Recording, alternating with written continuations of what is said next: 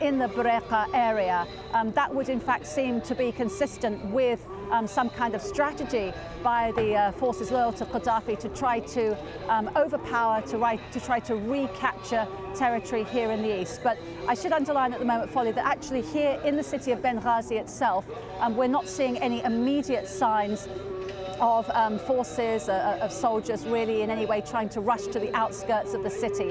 It seems for the time being that they're sticking very much with the strategy that they need to defend, they need to consolidate, they need to protect Benghazi, since it is really the seat, the headquarters, both politically and militarily, of the rebellion against Gaddafi. Well, certainly a very uncertain situation still. Jackie Rowland in Benghazi, thank you very much indeed for speaking to us. Of course, we'll be going back to you for regular updates on the situation in eastern Libya.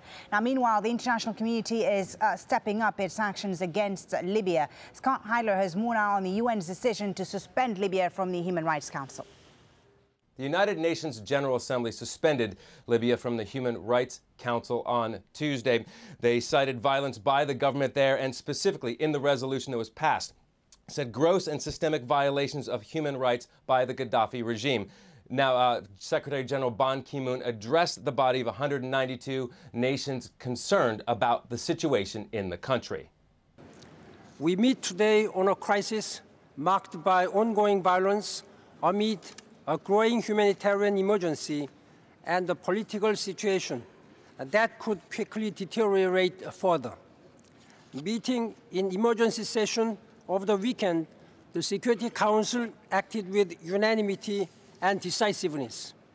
I welcome as well the strong statements from many international leaders and organizations, the League of Arab States, the African Union, the Organization of the Islamic Conference, and the European Union.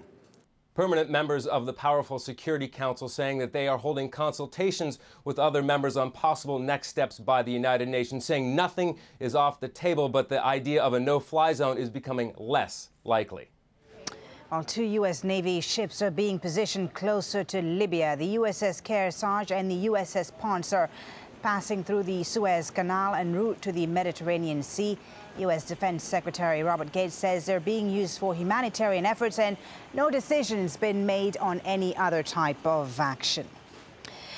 Let's turn to other news now. And in Pakistan, the country's Minister for Minorities has been killed. Shahbaz Bhatti was shot dead whilst leaving his home in Islamabad on his way to work. He had been calling for changes to the country's controversial blasphemy law. Well, let's speak now to AlJazeera's Kamal Haider, who joins us live from Islamabad. Kamal, tell us first more about the attack and what's been the reaction.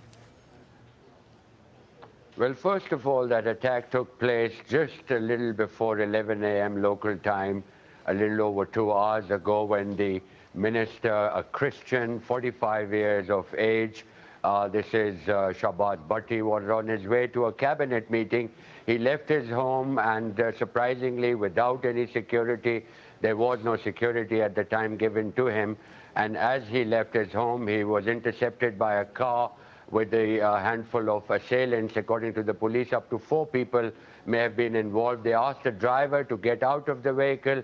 The driver then got out of the vehicle, after which the assailants peppered the minister with bullets. The driver then drove the minister to the hospital, but he was pronounced dead on arrival at the hospital. Now, Bhatti was, of course, Kamal, one of the politicians who was in favor of reforms on Pakistan's controversial blasphemy law. Could this have motivated his killing, you think?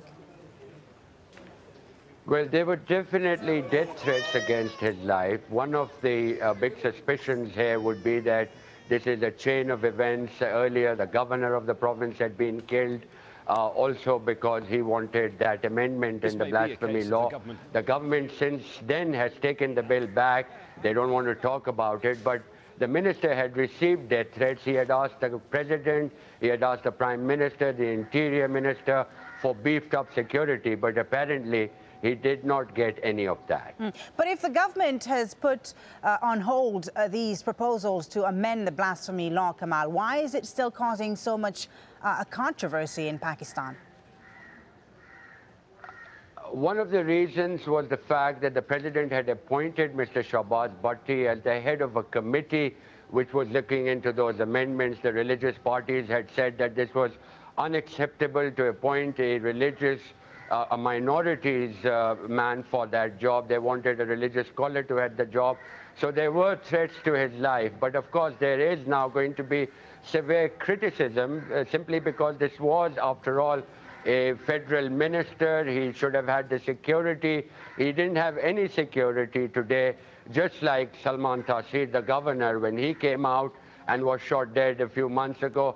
Even he did not have any local security. So big question marks here in Pakistan, and indeed a sad day for the people as well as the government. And I imagine that parliamentarian Sherry Rahman, who's also in favor of these reforms, must be fearing for her life right now. Absolutely. Not just her, but even the chairman of the Pakistan People's Party, Bilawal Bhutto, the son of the assassinated Prime Minister Benazir Bhutto. So apparently there are still a few people who would have to be very careful about their security. But the question is that despite the fact that we are being told by one of the members of parliament from the religious minorities that the minister had made personal requests to the interior minister, to the prime minister, and even the president. But despite all that, apparently his pleas fell on deaf ears. All right, thank you very much, Kamal Haider, joining us there live from Islamabad in Pakistan. Thousands of people gathered in Bahrain's capital on Tuesday as anti-government rallies there continue. Chanting, "This country is not for sale," protesters marched peacefully through Manama. The government allowed the demonstration to go ahead after a heavy-handed crackdown more than a week ago. Protesters are demanding transparency in governance and more jobs. Pro-government groups have also rallied in Oman's capital, Muscat. They were there to voice support for the ruler, Sultan Qaboos. This comes after violent clashes in the northern industrial city of Sohar that are thought to have left a number of people dead.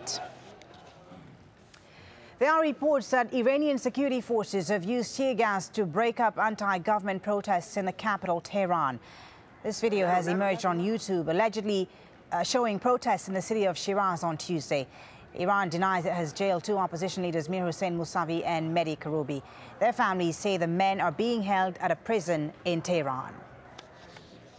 In Tunisia, one of the country's main opposition parties has been legalized after being banned for more than 2 decades. The Islamist Ennahda party is led by Rashid Ghannouchi. He returned from exile in London in January after former President Zine El Abidine Ben Ali stepped down. Ben Ali had branded the party an Islamic terrorist group. In Yemen, a senior cleric, Sheikh Abdul Majid al-Zindani, has become the latest high-profile figure to join the anti-government movement. The U.S. suspects he is allied to al-Qaeda. Meanwhile, Yemen's president has hit out at Israel and the United States, saying they're behind the unrest sweeping his country. Tuesday was dubbed a day of rage with rallies held nationwide. Hashem Ahelbara is in the capital, Sana'a. President Ali Abdullah Saleh is scrambling to diffuse tension and put an end to the defections among his loyalists. The